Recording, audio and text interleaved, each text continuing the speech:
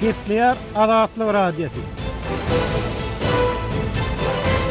Türkmen demir ýolunyň derdi näme? Şu temadan uralan tegelik stol söhbetdeşligimizi dinlemäge çagyrýar. Onu Pragada studiodan men Ýogşan Nurwan alyp barýar. Türkmenistanyň hökümetiň soňky 10 ýyllykda demir ýol gurulşygyna ulun berýänligi, täze gowanlar satyn alýanyny gaýdylýar. Ikinji tarapdan adamlar otla bilet tapmagyň kynlygyny, ýolagçylar edilýän hyzmatyň hilini bolsa pesligini aýdýarlar. Eýsem Türkmenistanyň demir ýolunyň has ursy otly gatnagynyň derdi näme? Bu ýerde nähil çözüp bolmaýan meseleler bar. Biz bu arada söhbeti yerli synçylary Ýaz Amanrat Bugaýew, Hünär boýunça transportçy, raýat aktivisti Nurberdi Nurmehmedow, ýurt içindäki otly gatnagyna belet jurnalist Soltan Açylowan çağırdyk. Söhbetdeşlige hoş geldiňiz. Sağ olun. Hoş gördük.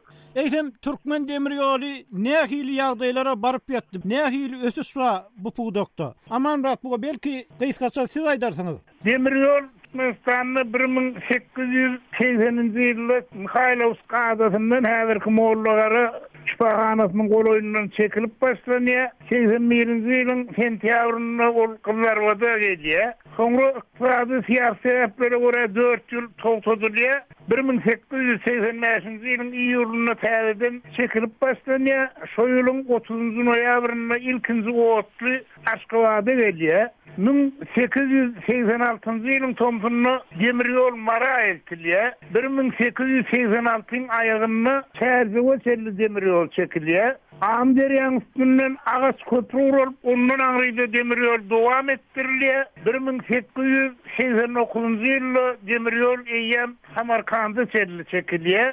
Amanrat, bu işlerini Paça Rusiýasy döwründe edilen işler diýeli. Indi Sowet döwründe gysgaça nähili ýagdaýa ýetdi demir ýol? Sowet döwründe demir ýoluň ýolagçylara ýa-da ýük oturlaryna etlenen 2 kilometrim çekilmedi. Hatda häzir bir topar adamyň saklayan demir ýoly Mary Kuşgaralygyndaky demir ýolun 1898-nji ýylda çekilen. Indi Amanrat, soňky 2 ýyllykda demir ýoluň gurulun köp edilýär. Türkmenistanyň hökümet maslahatyna, ministrler kabinetiniň mejlisinde. Soňky döwürde bolsa prezident Berdimuhammedowyň şu transporta hususanda demir ýoly aýratyn üns berýäni gaýdylýar. Bu urda bir topar işde goýberýäni gaýdylýar. Täze gowanlar satyn alynýar. Şoňdan bir wagtda Türkmenistanyň näşe otly hyzmatynyň gaty yaramazlygy barada Azatlyk Radiosyna habarlar gelip gowşa, hatda interwiu berýän adamlar amma. Bu ýerde näme bolup geçýär siziň pikiringizçe? Bir bellemeli ýagdaý garaşdyrylyň 22 ýylynyň dowamynda Türkmenistanyna çekilen demir ýol, öň hereket edýän demir ýoluň has geçse ýarym diýen ýani uzun gatkan demir ýol ulgamlary, marşrutlary herekete ýerdirilip ullanylýar ýöne. Esasy iş bir ýerde wagon ýetmezçiliginde de ýa-da demir ýollaryň ýoklugyna däl, eýsem işi aňly, başly, düşünjeli ýola goýmakdy. Şunu planlaşdyryş işinde ýola sotlarynyň gatnagyny ýola goýmakda nireden näçe otly gatnamaly her günne ýa gunaşadan ine şu wagtlar edilende ýokardan berilýän görkezme gulagatýarlar da ýerlerde hakyky meselen söýleýän adamlar aýdylar. Aşgabat şäher demir ýol stansiýasynyň ýol başçylary ýa-da Marynyň kolun, Daşowyň Çärjewiň kolun, Krasnovodskiň kolun hemme dymmak bilen oňýarlar. Ýokardan berilýän görkezme garaşýarlar. Adamlarda görýän kynçylyklary öz ýol başçylaryndan gizleýärler. Şeýdem şol gizlilik hakykaty aýan etmezlik ýorasynym şuna galýa adamlaryň umumyň pikirinden kesipdirýär. Ine şu atlarmyň düýp sebäbi. Ýogşan Soltan näsi köplenç ýorla bolýaňyz, ýurt içinde otly gatnagyny beletçiligiňiz bar. Eýsem bir adamlar nähil kösençlikler bilen ýüzüňiz bolýarlar şu demir ýol gatnagyny. Şu kassalardaky nowatlardan başlap, ýa-ni şu ýol otlarynyň üstünde de gaty kynçylyk çekilýär. Bilet ýetmezçiligi sebäpli esasy ýolagçy wagonlaryna şu biletsiz adamlar kän minip şular gaty kösenýärler. Näme üçin bilet ýetenek? Ya otlazmy, adam känmi, ýolagçy känmi Türkmenistanyň ilatyň sanyny beýle köp däli gaýdylýar. Elbette ilaçan gatyr alam däl şol godalky ilaçan bolanda danym ýanky ýollaryň magistral ýollaryň yaramazlygy sebäpli, taksilaryň gymmatlygy sebäpli şu köp adam ýolagçy otlarynyň peýdalanmagy çalışýarlar. Ýolagçy otlarynyň döwlet narhy elbetde ilat köpçüligi üçin ýolagçy biletleriniň bahasy elleterli. Ondan şonun her kim umydar bolup şu ýolagçy otlaryna bilet tapjak bolup ýa-ni bilet kassalaryna gelýärler, ýöne şu biletler yeterlik däl. Bu sastawlaryň azlygy bilen düşündirilýär. Son kıyınlarda täze wagонlaryň, täze teplawonlaryň anýandygy iýiliklerini dowam edip gelýär. Onu habar berişleri istelerinde de aýtýarlar. Olaryň artýandygy hem gözüýär. Ýöne ýolagçy artýarda. Şu ýolagçynyň sanynyň artmagyna görä şu sastawlar düzülen ok diýilip şunyň ýaly düşündiriş berilýär. Sultan, inni demir ýoluň üstünde ýolagçylar edilýän çaý suw hyzmaty nähili adamlar diýince alyp çaý içip ysy howada ýol aşyp bilýärlermi? Şu ýagdaýda bir ilerleme barmy öňkü ýylllara garaňy? Şu ilerleme yok, qaytyp ýa-da gaýdyslar ýokşan. Ine şu Hytaý Halk Respublikasynyň satynanýan wagонlaryň, ýa-ni şu 4 ýaşyl ulanylan wagонlaryň köpüniň çaý gaýnadylýan kitalary işlän ok, hajatxanalar, baky kranlar işlän ok, su akmaýan hajatxanalar bar. Şu bir sastawda 20 wagon bar bolsa şonuň bir 5-6 santymda çaý gaýnaýar. Beýleklerinde çaýam ýok, suwam ýok, wagonyň çaýnakady da tapyp bolanok diýip şuňaly ýolagçylar näradyçylyk bildirýärler. Ondan şu ýorgan düşeklerim köne ýatsyklaryň tahtary çykyp dur, matraslar hapa diýilýär, prostirler ýa-ni görýär dälşirin kitanadan ok prostirleriň diýip ýolagçylar şular ýaly näradyçylyk bildirýärler. Şuňa garamazdan ýa-ni Türkmenistanyň demir ýol ministrliginiň 20-nji may 2014-nji ýyldaky buýrugy bilen ýa-ni ýorgan düşekler üçin alınýan 1 manat narhy 2 manata galdyrylypdyr. Onuň ýa-ni 4-nji iýundan biletleriň bahasynyň 1 manat ýokarlanandygy barada men taxtawalardan gelen ýolagçylarla söhbetde şolanymda aýtdylar. Aşgabatdan gelen 1267-nji telegrammanyň esasında 4-nji iýundan biletleriň bahasy 1 manat ýokarlandy diýip taxtawaryň demir ýol wagtynda bildiriş asyl goýulandygy barada gurrun berdiler. Men soň gyzyklanyp Aşgabatdyň demir ýol wagtyna barıp şu bildiriş bilen gyzyklananymda şaýda bildiriş asylypdyr. Türkmenistanyň demir ýol ministrliginiň godalky 41 em belgili görkezmäniň güýjüni ýitirip 191 işi belgili görkezmäniň 1-nji ýyldan güýje girýändigi bilen şonuň esasında ýygymlaryň hasabyna biletleri 2 manat ýokarlanandygy barada bildiriş asyl goýulypdyr. Men şunu özüm gyzyklanyp okap gördüm. Ýöne şu taýda ýygymlar diýär, şu ýygymlaryň hasabyna ýan biletler galdyryldy 2 manat. Mysalçy şol 5 manatlyk bilet ýan 7 manat hasabynda satylýar demir ýol wagtlarynda. Ýene tanym bir aýdylmazda etraplarda welaýatlere gideninde ýol weletleriň elinde görkezme bar. Demir ýol ministrliginiň görkezmesi ýolagçylar wagonlara minenlerinde şolaryň biletleri elindäki biletlerinde görkezilen resmi nama bilen şol raýatyň ýolagçynyň resmi namasyndaky belgiler den gelmese şolary wagonyň düşürmelden görkezme bar. Ýolagçylar kassada bilet bolan halatynda olar elden bilet kim aljak ony gymmat bahasyna. Olar hema elden bilet almaga mejbur bolýarlar. Kassalarda bilet ýoklygy sebäpli. Wagonlary minenlerinde de bulara resmi nama bilen den gelen ok diýip sen elden bilet alypsyň diýip ýolda düşüp düşürjek diýip käýsip duran ýol weletleri bilen ýolagçylaryň arasyndaky bolýan dawalara da men kän gawat gelýän ýolagçylar kyn ýagdaýda galýarlar. Onuň düşürmen bilen oklar ýöne şoň üstüne ýene bir 5 manat 10 manat jerime hökmünde pul alyp ýol weletleri şu taýda kazanç etýärler. Ýolşan. Sultan Asylowa, amanrat, siz ýolagçylara edilýän hyzmat barada näme diýmekçi? Siz otla minniňizmi golaýdy? Siz bir zat aýdyp biljekmi bu mesele barada? Hawa men minniň otla edilýän ýygyýdan bolmasa da minniň bir kusurlukda men Nefta şäherine gidip geldim. Özüm esra wagonyny ilýän oňat amatly bolan wagonyna gitdim. Ondan oňam gidemde şu wagonlarda edilýän, şu wagonlarda edilýän hyzmat nadyr bolar ýa-ni wagonyň däliliginiň koridorynyň ornuny saýam aýnap dur.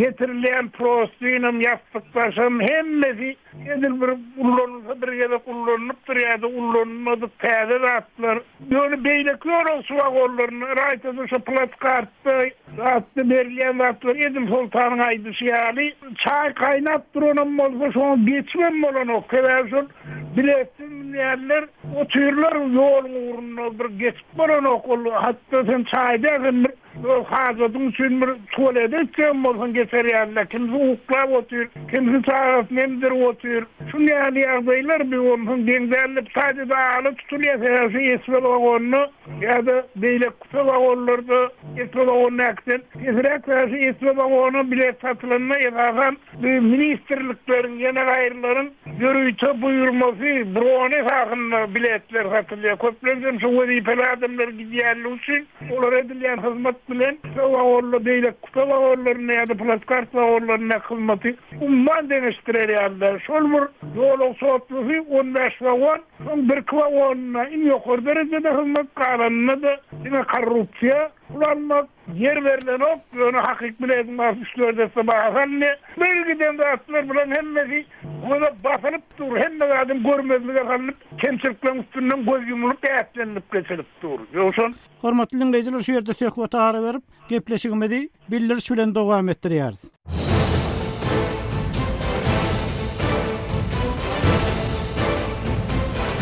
Qadarly dinleyijiler, siz Azatlyk radiosynyň Tegelik Dol programmasyna goşulmaga, gatnaşmaga çagyrýar. Bu gepleşikde resmi türkmen medeniýetini agdalmaýan, emma türkmen jemgyýetçiliginiň durmuş ýaşaýyşyna gönlün täsir ýetirýän meseleler barada açyk hemme taraply gurrun etmäge, jemgyýetçiligiň öz meselelerinden habarlygyny giňeltmäge synanşyk edilýär. Siz aýdylýan pikirler barada öz pikirleriňizi aýdyp, tema teklip edip, ýurtda edilýän gowy işler barada hem delilli gurrun edip bilersiňiz. Pikirlerinizi bize Türkmenistanyňky, Türkiýede habarçylarymyzyň üstü bilen telefon, internet, sosial ulgamlar azathabar.com arkaly getirip bilersiňiz. Öz meseleleriniz hakynda gepleşiklere goşulsaňyz hoşal bolar.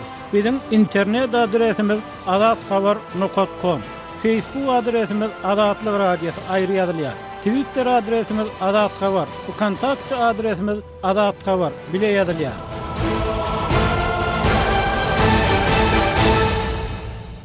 Gepler Azatlyk Radiosu Türkmen demir ýolunyň derdinäme hormatly dinleyijiler, şu temadan Tegelik Dol söhbetdeşligimizi dinleýärsiňiz. Söhbetdeşlige Türkmenistanyň yerli synçylar Ýazy Amanmurat Bugaýew, raýat aktivisti, öňkü transport işgäri Nurmerdi Nurmehmedow, jurnalist Soltan Asylow gatnaşýar. Nurmerdi size gelýär. Sowet döwründe de şu otlu bilet yetmezçiligi bolardy. Şoň bilen birlikde de otla üstüne minip şu konduktora pul berseň barjak ýerine baryp bolardy. Şeýle ýagdaý bir adaty zatdy. Emma soňky döwürde şu bilet meselesiniň hasam çysyrmlaşanyny gaýdylýar. Indi siziň pikiriňizçe bu ýerde kynçylygyň sebebi näme? Aýyl döwründe cemiyetçilik gurulşy adamlaryň başgaçady. Siyasi sistema başgaçady. Adamlaryň transport ulgamy, ulgam bilen transport ulgamlar ýüzlenmekleri başgaçady.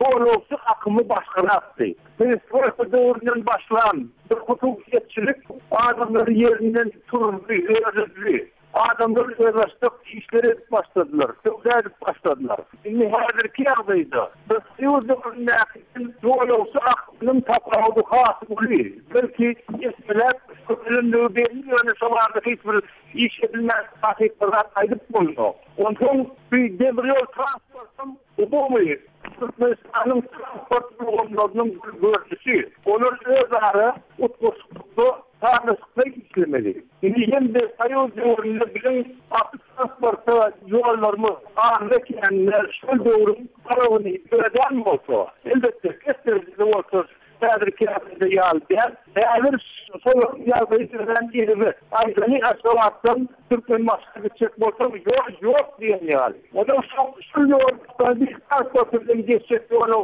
ikisi demir ýolu bilýär. Ýa-da bir samolyot bilen gitsen bolýar, uçar bilen gitsen bolýar. Olam çäkli. Ondan sonra esafi ýüp demir ýoluň üstüne düşýär. Demir ýolu bolsa Nemçinler demir ýol gatnaşygy transportlary götürilýär. Demir ýolu Türkmenistan tarapyndan çykandan soň esasy alanda ýolçy üçin alle demir ýol sistematy çiğnedildi. Aýdany bütün Türkmenistanyň içinden geçip giden demir ýol ulgamlary bardy. Demir ýol poýatlary bardy. Aýdany şäherden Türkmen masaçy bolýar. Daşy uzun şoňalyk gitýärdi. Asfaltdan öňden poýatlar bardy. Onun bir tarafa Türkmenistan'ın bir tarafından Büyük Bey tarafından düşüp bolýardy. Yani böyle bir aşgabat bir düşüp Onlayan geri öğürlü. Taşlı'dan gelip Aşgabat'ta düşüp soğundan Türkmenmaşa dil dalmalı. Tapsan alasın onun. Şehircevdenim gelen de şeyin alak etmeli. Aşgabat'ta olsa son alakı etmeyen mümkünçülük ağır. Demriyol vağzalının menzilinin doğrumen bir kısiyali. Sotayda satılayan dişlerim sonun alakı onu almağım kıyın. Sotayda transport düğünü emele geliyor. Sol demriyol bilen transport sol düğünü çözmeli. Ama solum herki azaydı işlenmedik yardaydı. Suratla hemmeti birlikte yol olsa da uli kötünçlükler görediyor. Yoksan Aman Murat bu size geleli. Sizin fikrinizce bu kötünçlüklerin köpelip barmağının sebebi näme? Sebeplerine uğur verdi ayttın probleman çoğulaşmanın büyük sebebin sol anlayan vagonlar bilen katmayan vagonların hasabını deneştiren bu hamanı 100 vagon satın alını deyilip devlet hasabatına geçen olsa katmayan vagonlar sanandı şuların fanı denden ara tapavut var katmayanlar sol alını diyenden juda az derecede bir tarafı ikinciden katma doğru umumluk yok şular birbirine utkoşturmak bilen rahat yok adatça demiryol varlarının koroyununu altı ulu hizmetler yani taksilerin katmayan duroloları ya olmasa avtobusla katmayan duroloları mı oluyor da bilet tapmak yardayında onu taksi bilen ya da şolu tarafına uğurdaş avtobus bilen yolu düşüp oluyor. Bunun her bir yerde yerleş yani Aşgabat şehrine vadına İlçinaydı şehirlik bir itim ölen yerine şehirden juda başlıktaki yere çıkardılar sol terminali. Yine bir yerde olursalarda koşmasak kıyınçılıkları diyorsa bilet yokluğuna hakiki gözleri yetti. So yolcular hukman otla arası oturacaklarlar da beyleki yolcu transportundan peydalanacaklar. Bir ikinciden yankı uğur verdiğim fikir doğru fikir. So yurdun içinde mesela şeyle poizler katlayadı Taşkent, Sasnavosk vardı, Aşgabat Moskva vardı. Yine şu poizlere minip yurdun isteyen yerine barıp bolayattı da hazır doğrudan şonları bir sözler. Onun da dine yolcu otluslayıp durmalarla has kamil görünüşler var. Dünyadan bir vizirler ulanıp gelinen Türkmenistan'ın elektrik enerjisine juda bayıyor. Onun için şu elektrik çıkaların katmağını yolu koyup bulanok. Bir bar mesela aydalı Aşgabat Cebel aralığına katmaya onu piştirmelerini arıştırsan ona çıkma mümkün onu görüş hayal. Yolu soğutlukun 9 saatte geçeceğini yolunu sol 14-16 saatte geçeceğini. Yani şehirara katmağılar ayrıtın olmalı. Aytaltın olayındaki yani iki olayda arasındaki otlu katma olur. Bu aktör ilmiye saatlı haraplanmasa bu halkın katmağına bir yürüytör bir satyal bağırlarlar getirilmese. Yani vagon satın almak demiryol vurduk. Yürüyte institutumuz var. Bir demiryol işlerlerin tayyarlaya diyenin bilen probleman söz bulunuk. Ekli de hasaptın hem şu hasap dürüst yöretmekten başlanıyor. Yoksa Bu aman Murat bu. Sultan nesi yıgıdan otla minyanlıyağınızda. Doğrudanım İslev mi, talap mi adamlar eğer o otlu katını köpöldülse adamlar şota gelecekler mi? Bir yerden bir devlete girdezi olacak mı? Doğrudanım bilet geçecek mi köpöldülse? Hazırki sastavların yine Aşgabat boyunca Aşgabat Türkmenmasi boyunca odan bir sastavlar olsa ya bir şu sastavlar iki edildi. Yöne şoluna Ferhetabat uğur boyunca şu sastav birliğine dur yadır. Bir sastav gitti gün içinde. Şolar yadır iki molunda da bilet yetmesini duyulya. Eğer şol 3-4 sastav diyeceğimlerin devamında şol uğurlar boyunca yöredilende de şuna adamlar yeterlik. Yine şey vagonlara minönünde şey koridorlarda geçmeyene yer bolanok. Dik duran oturan adamlardan şu koridorların uğrundan yürümeye yol bolanok. Şolar vagonlarda tıkmışık bilesiz adamlar kan. Neyse bilet satılanda da neyse sastavcı bilende de adamlar yeterlik olacak. Şimdi Sultan şu Sovet dövründe şu konduktorlar hem bağırlayadılar da şeyle bağırla oluyordu şu otlularda mıdama otlularda korrupsiya oluyordu. Sovet dövründe yönü bağırlagan oluyordu. Şimdi şeyle yağda yok mu şu konduktorlar bilesiz yolcular bağırlanan yok mu stansiyalarda otludur onlar? Yok, men şeyle yağdaya duşuk görmok. Çünkü 10 yıllıkta men konduktor diyende de asla duşuk görmok. Diňe yankı brigaderler aylanıp çıkýarlar. Qaytyp şu yol veletler ana şu häzir kelle sanalýar diýär. Häzir brigaderler ýolçylygyny brigaderler aylanıp bir tane adamyň bilesiz durandygynyň hasabyny alýarlar. Şoňa görä biz şolardan pul ýygnamal diýip şu yol veletler açyk boyun alýarlar. Ana barlar şol brigaderler tarapyndan geçirilýär. Başga kontrolör we ýok döwlet tasana barlar karşı geçirilen o. Esas şayda şu tasdavlar köpeldilse şu biletler gerekçe halka satılıp durulanda devletin dahvitine bolacakları görünüp dur. Yolçuların pikirem şeyle. Şu otlyň üstünde çagaly eneleri yagarlara döredilen şert nähili. Şolon ýagdaý göleňine tutulýarmy ýorlu? Yok, şanşy biletin bolman yolçutlygyna minsen, sana hiç çelek ýeňillegem ýok, hiç çelek sana egilşigem ýok. Şol diňe privatnikleriň diýen pulny tölemeli, ondan soň nähilek ýagdaýda oturýan, nähilek ýagdaýda ýol açsan, ol hiç kimi gyryklandyran ok. Şekarlaryň çagal binalaryň koridorlarda ýerde oturup ýol ýörýändigini, giýjäni geçirýändiklerini men kän şaýat bolýan. Bir jurnalist Soltan Açylowanyň maglumaty, hormatly dinleýijiler, şu ýerde marly pensioner awadan bilen geçirilen tökötdaşlykdan hem bir bölegi dinläp geçeliň. Ýolçy gatty kayın. Näçe ot doýar, 2 oýar, 3 oýar bir şonu da ýene de bir kısan köprek goşma çetler gatty go boljak. Her kim galyň orun maşina minip gelenok, awary bolýar ýorlu. Haçan orda katta barda bit ýok, al bilemdok. 5 ýyl otursaňam bu tordy. O çyra durýar. O çyra mudyň käwdyn bolýar ýok. Ýok, bil tap bolanok. 50 tapylýar bil. Maraşawat aralygy 50 manat alýar. Köýne pulan 50 manat alýar. 50 miň alýar. Aşavat mararlıkta bilemedi. Straf deydi, vermeseňiz deydi, 75 miňat vereseňiz deydi. Bolmasa 50 veriň deydi. Bolmasa düşün deydi, çölle ortada düşürjek deydi. Diýen pulny berseň jereme ýok.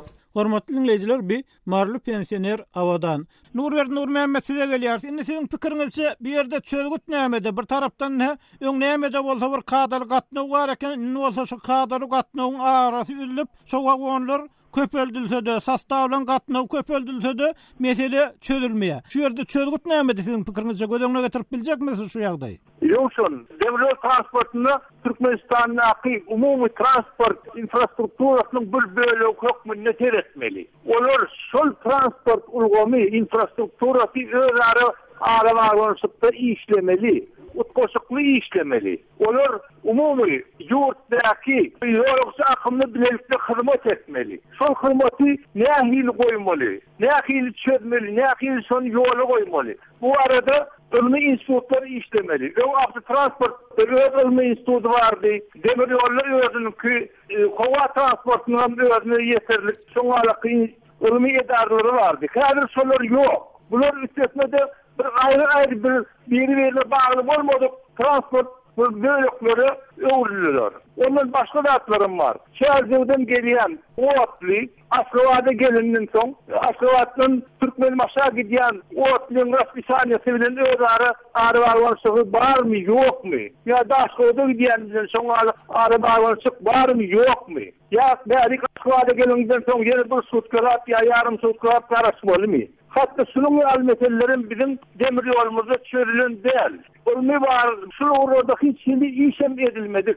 Demir yollaki yolcu katnağım hiçbir taraftan öğrenilmedi. Onun şunun aliyagdeler emele geliyor. Eğer de hakikaten şu meselelerini çözecek bolsan, şu transport utkosukları esasında transport düğünlerini çözmeli. Hayır o doğrunda şu meselelerin üstünde işleniliyadi arda kendine. Bu manına getiriliyadi şu yolcu akımları bir öğreniliyadi. Sol çıkarılan netice boyunca mesele çözülýärdi. Eğer soňra azatlyk ýok. Nurerdi bagışla sözüňi bölen. Indi siz edilýän iş ýok diýäňiz. Şoňdan bir wagtda prezident tawsyryp durdy. Şu ýolagçylar edilýän hyzmatyň hilini ýokarlandyrmaly, demir ýol hyzmatyny ýokarlandyrmaly. Eýsem bir ýerde hökümetde islew gardyny durmuş ýüzüne geçen okda şeýlemi? Yok, sadece umumy görkezmeler bar, ýoksun. Umumy görkezmeler. Ondan aýry hiç ýeli bir çözgüt berden ok, ya çözgüde bir itergi berden ok. Şoňaly ýagdaýda da galýa. Muny başga sebäp çözgüt bolmaly. Ýa maýdy geçimýaly transport infrastrukturasy birlikde bir işlenmeli, çözgüt tapylmaly. Şol esasda bir käwratlar edilse bolardy. Emma häzir şonuň ýagdaýy bizde ýok. Ýani ama Murat aýtdy da, şäherden tasary gatnaýan hususy awtomobiller şäheriň daşyny kanalların 10 kilometre agyryk zıngılıp göýerildi. İki bolan ýerine. Şu atlar näme üçin edilýär? Nurerdi, dogrudan hem näme üçin edilýär şeýle zadonny? Siziň pikiriňizçe? Meniň pikirimçe bir emelçilikden diýsemäre bir hili bir mesele bolýar da. Yöne sol transport ministerliklerine işleyen adamlar, benim fikrimçe şurada günahım yok adamlar. Aydınlık Avtotransport ministerliklerine işleyen adamlar son kuatlarda adamların aydışına göre milkeden tıpan Avtotransport ministerliklerine gelay yerlerde. Başka ministerliklerde şeylem kadiyen menere. Yani spesialist yok. Düşünmezlikten, işi bilmezlikten gelip çıkan bir meselelerine aklı diyecek oluyor. Bir yolsun. İkinci bir tarafım var. Şimdi bir bazı katlaşıkların dövrüne yaşıyor. İşlenip iş özünü ödemeli. Eğer ki transport yazıyı, avtomobil transportun diyeymeden özünü ödano. Biletler, şu atı tatılan biletler hakikaten arzan. Yani bizim maddi yardımlarım son alıkı pek derecede. Ondan çıkmadığını sol tatılan biletler öderim bilinok. İçerisinde o tayarda korrupsiya. Sol yerde katnağı ulanyan adamların çıkarayan pullarının esası böyle oy, devletin karnasında baran o. Şu esası bir kıyafetçilikten biri. Doğrudan şeyle derecede korrupsiya var deyip aydıp bolar mı hiç? Doğrudan şu kazanılan pullar, yolculardan alınan pullar, doğrudan devletin kaznasına giren ok deyip keskitle aydıp bolar mı? Şunu suud edip bolacak mı Türkmenistan şartlarına her kıyadaydı? Eğer de tatlıdan bilgi almasam adam gidecek yerine gitmeli, ondan konduktöre yerlerine. Konduktörum alyasyondan bilgin bakasından iştirdi. Öğrenim devletin böyle yapacağız rahatları. O böyle gördük duran rahat. O yapıp değil, ya bölmeyen rahat değil. Yöneticisinin çok aslında işlerini yoksa kutusu bağlasman bir çeşmeti, ulu çeşmeti. Yani kastaları vardı da aydınlık. Kastalarının en kendisiyle katılma. Çok kastalardaki biletler Aysan başında onu olduğunu karanlıkta adamları Lomoy'dan satılıyor.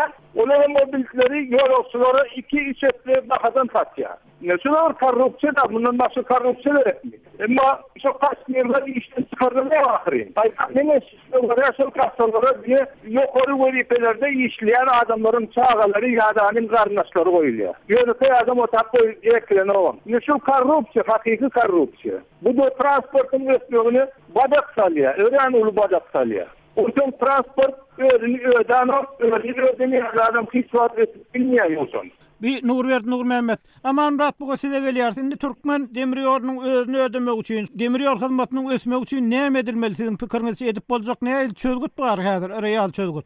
Real çözgüt yağdaya real baha vermeli. Hakikati boyun almalı. Ödüm ilmi esasda çözülmeli. Bir ikinciden hem sol puğduğu yollaşılık eden adamların haylanıp seçilvanlığını yola koymalı. Korrupsiya diyen yani yan sonra gördüğümüz Nur verdi yani isteyen yerinde suud edip bolya. Onu sol neyse diysen misal var o yönü özlaştak bir gurrun edilmez hatta korrupsiyan görmüşleri demiryol edilen. Esası da sol ehli bazı kadrlar çözüye değilen söz var şu kadrları saylap seçmeli. Sonra ilmi hakavatan öğrettiler. Sonra bir terfepil olup bir horluk çekip gören adamların yol kazançlığı, yol horluğu mağaradan ayrılar. İş başarıyanı getirmeli. Kimdir birini arar bilen öne çıkarmak için vazife getirmeliler. Yoksa Bu aman rahat bu gayhun pikiri. Gepleyer Azatlyk Radio hormatly dinleyijiler, Türkmen demiryolunyň derdini ämes temadan tegele stol söhbetdeşligimizi dinlediniz. Oňa